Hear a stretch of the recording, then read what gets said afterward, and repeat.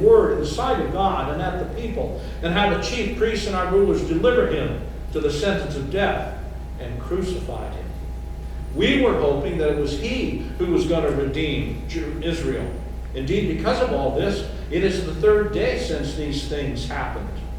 But also some women among us amazed us, for when they went to the tomb early in the morning, they did not find the body, and they came saying they had seen a vision of angels who said that Jesus was alive.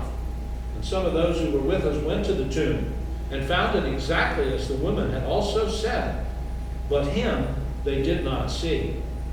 And Jesus said to them, O foolish men, and slow of heart to believe in all that the prophets have spoken. Was it not necessary for the Christ to suffer these things, to enter into his glory? And then beginning with Moses and with all the prophets, he explained to them the things concerning himself in all the scriptures. And as they approached the village where they were going, he acted as though he were going farther.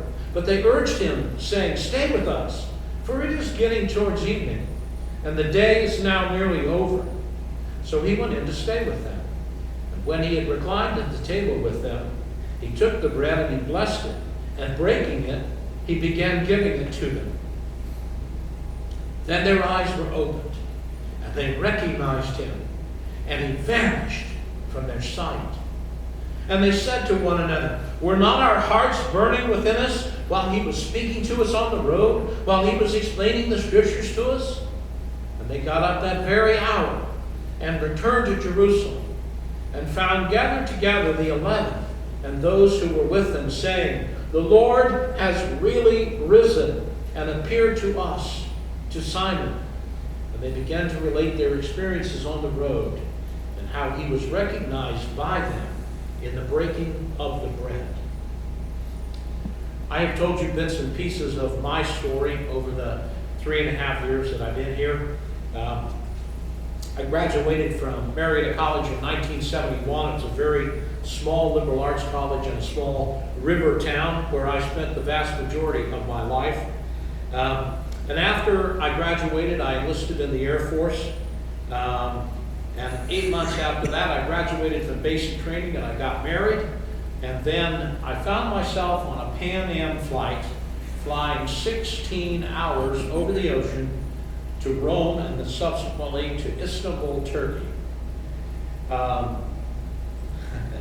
For 22 years, I had lived primarily in Marietta, except for those 6 months in Texas.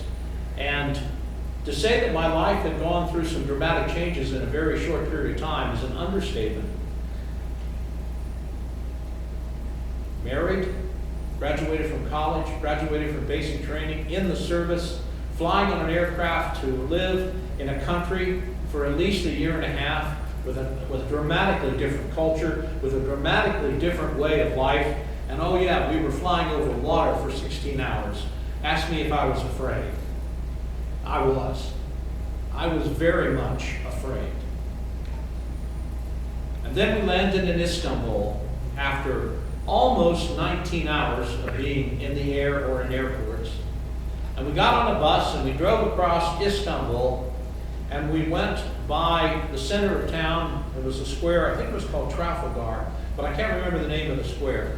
And as we went by this village common, a big green area, there appeared to be 3 telephone poles planted in the grass in the middle of this area. And there were 3 burlap bags hanging from those 3 poles. And I said to the bus driver, "What's that about?" And he said, "Oh, they hung the student leaders of the rebellion yesterday." Asked me if I was afraid at that moment. What kind of place had I come to where they hung someone who protested the government? Yes, I was afraid. I have a good grasp of what fear is. I'm here to tell you that fear spilled out of my emotional glass. I was terrified about what was going to come. In the scripture that I just read, 2 of Jesus' followers who are unnamed are afraid. For 3.5 years they've been following Jesus. They have listened to him teach. They've watched him perform miracles. And they've come to believe that he is probably the long-awaited Messiah. They have troubles because they have a certain vision of what that Messiah is going to look like and what he's going to say and what he's going to do. He's going to be another military king like David. He's going to throw the Romans out. He's going to restore Israel to power. They cannot wait for Jesus to do those things. This is the guy. They're so excited. And then he gets himself killed. And they bury his body in the ground. Now what? And then there's the personal aspect of this. They are afraid of the Romans coming and rounding up all the people that have been walking around with him. And so these two decide to get out of town. And they head to Emmaus. What's in Emmaus? We have no idea. Whether that's a place to hide or their hometown or whatever, we don't know. But they're getting out of Jerusalem and they're heading to Emmaus. And of course, the mode of transportation available to the average person was walking. So they have a lot of time to walk and talk and to think. And so as they walk, they're talking about this. And they're arguing both sides of the issue. If he really was Messiah, why didn't he do? But if he was, why did he die? And back and forth they go. They are trying to make sense of what happened. They do not understand. On the one hand, they really believe he is the guy, but he didn't do what they expected the guy to do. This is what they're discussing as they walk along. And suddenly from behind, a third person joins them. And that person begins to ask, what are you talking about? They don't recognize that that's Jesus. For whatever reason, perhaps he's partially hooded, or perhaps they simply have their minds so focused on other things they don't know who he is. But he starts to ask them questions. And then he takes them through the scripture and he leads them through all of the evidence that's been available to them.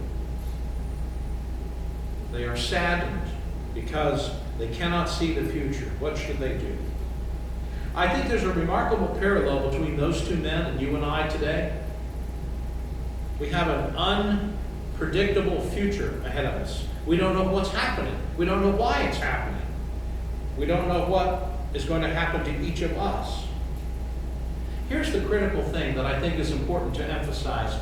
The two disciples on the road to Emmaus were upset because they thought they knew what was going to happen. They thought they were in control. Because of their thoughts and their control, they knew what was going to happen, and all of that is out the window. Why are you and I so upset about this coronavirus thing? Why are we so upset? Because at some point, we thought we were in control. We thought we knew what the future was going to be. I was waiting to see the Masters. I love to watch that tournament. We knew what was going to happen. But the problem is, you and I are not in control. And that's where all of our problems come from. When we get this notion in our heads that we're in control. Everything that we thought we knew about our world was wrong in the past 30 days. The stock market always trends upward, almost always. Well, not in the last 30 days. Science will figure this out. Well, not in the last 30 days. Nothing will shut down the NCAA basketball tournament. Well, not in the last 30 days. Nothing will postpone the Masters. Well, not in the last 30 days. We're upset and we're panicked and we're afraid because what we thought we knew, we were in control of, we weren't in control of. And that's a fundamental rock in the road for people becoming to believe in Jesus Christ. We have to give up control. That is an essential element of following Jesus. That's what he asks us to do. It's called submission or surrender in the New Testament. God asks us to surrender our will, surrender our goals, surrender our life to him, to be used of him. We can look at the two disciples on the road to Emmaus from the distance of 2,000 years and look at what, based on what we know, and say, man, why are you so afraid? But were those two apostles able to turn and look 2,000 years forward, they could equally say, why are you so afraid? God is in control. We aren't. We need to remember that. Fear creeps in to our souls when we think we are in control and then things happen that prove that we aren't. Here is the truth that I want you to hear and walk away from this message with. When things get out of control and we don't know what's going to happen, when that illusion disappears, when we are knocked out of fantasy land where we think we're in control, we need to look at our past experience with God to calm our souls and to look forward to the future. To eliminate fear, look at your past experience with Jesus Christ. Our past experience as followers of Jesus should relieve our fears about the future. Max Lucado wrote a book entitled Imagine Your Life Without Fear.